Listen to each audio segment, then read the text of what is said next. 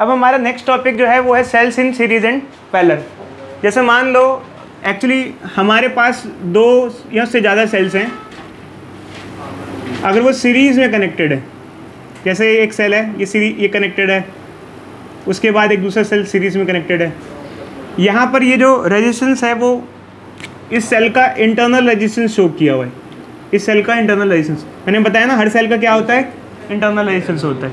तो ऐसे मान लो हमारे पास कई सारे सेल सीरीज़ में कनेक्टेड हैं। कैसे हैं? n cells, n number of cells, और हमारे पास ये एक्सटर्नल अप्लायंस कनेक्टेड है, डिवाइस।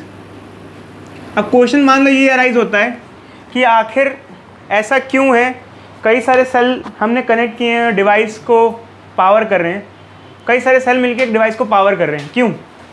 ये डिवाइस है, ये कई सारे सेल मिलके इसको पावर कर रहे हैं। पावर मतलब समझ में आए? एनर्जी प्रोवाइड कर रहे हैं। ऐसा क्यों?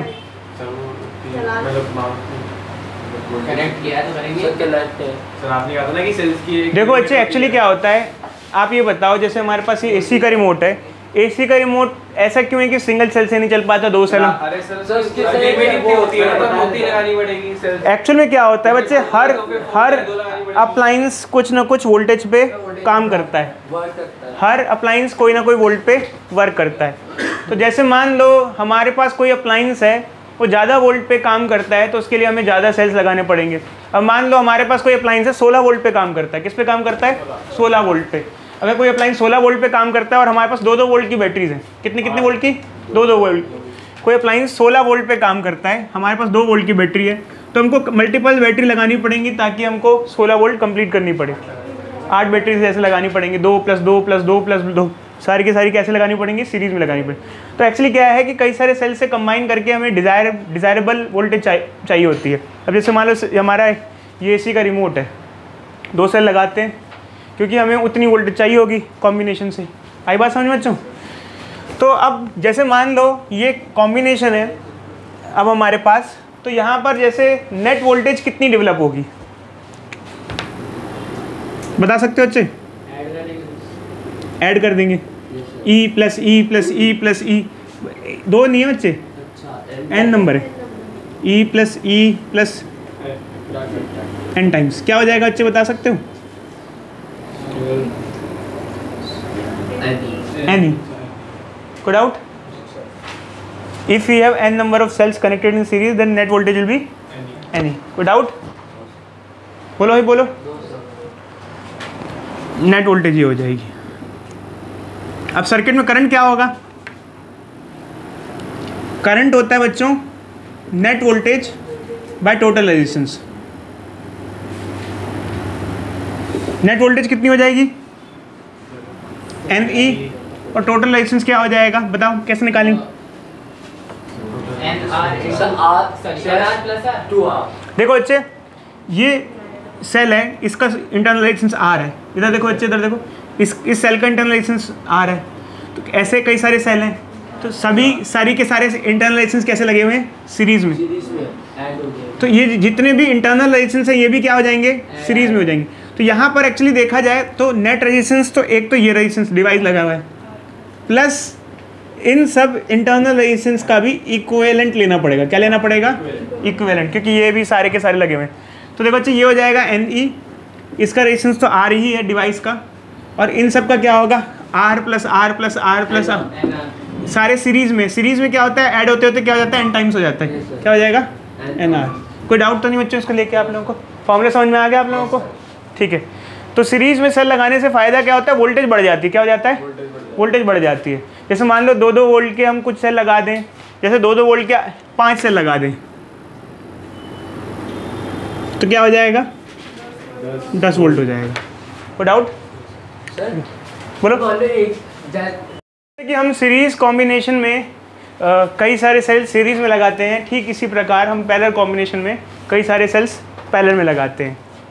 आप लोगों को एक टास्क देता हूँ बच्चों, जैसे मैंने आपको बताया कि सीरीज कॉम्बिनेशन में लगाने से नेट वोल्टेज क्या हो जाती है?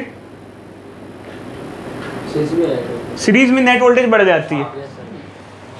कोई अभी नहीं बताएगा, बस टास्क दे रहे हैं, घर के लिए ध्यान रखना। आपको ये फाइंड आउट करना है पैरेलल कॉम्बिनेशन में अगर सेल्स को लगाएंगे तो क्या बेनिफिट मिलेगा, ये सोचना है ऐसे बिना सोचे बिना कैलकुलेट किए आंसर नहीं देना है। जैसे मान लो कई सारे सेल्स में पैरेलल में लगा रहा हूँ, तो उससे किस प्रकार का फ़ायदा मिलेगा।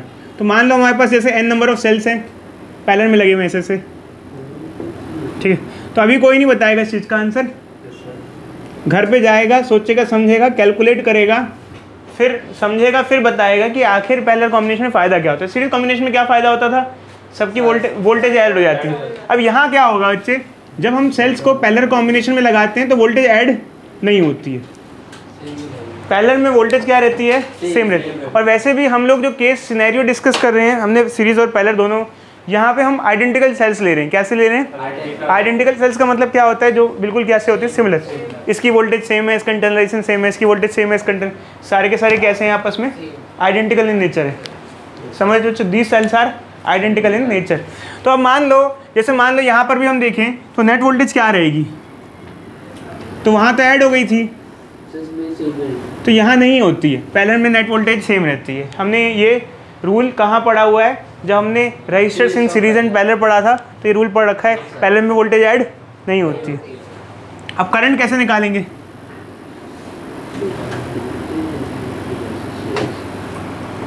नेट वोल्टेज तो ई ही है।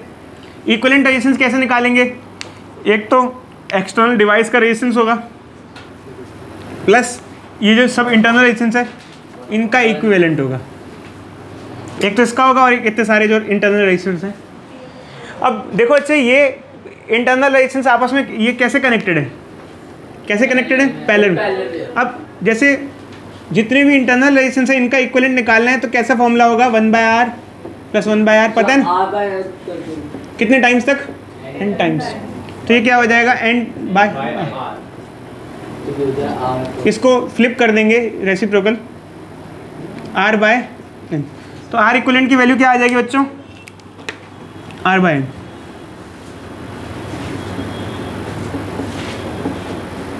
और 3 सिंप्लीफाई करोगे तो क्या आ जाएगा, इसको ऊपर ले जाओ, बताओ क्या आएगा, n/r + r n ऊपर चला जाएगा, तो क्या हो जाएगा, ne। तो ये बच्चों इस तरीके से क्या हो गया, ये पैरेलल कॉम्बिनेशन में हमको करंट मिल गया। खैर ये थोड़ा सिलेबस का प्रॉपर पार्ट नहीं है, ये सब पढ़ना पड़ता है न्यूमेरिकल पॉइंट ऑफ व्यू से। तो थोड़ा बच्चे और आगे बढ़ते हैं, आगे बढ़े, चलो।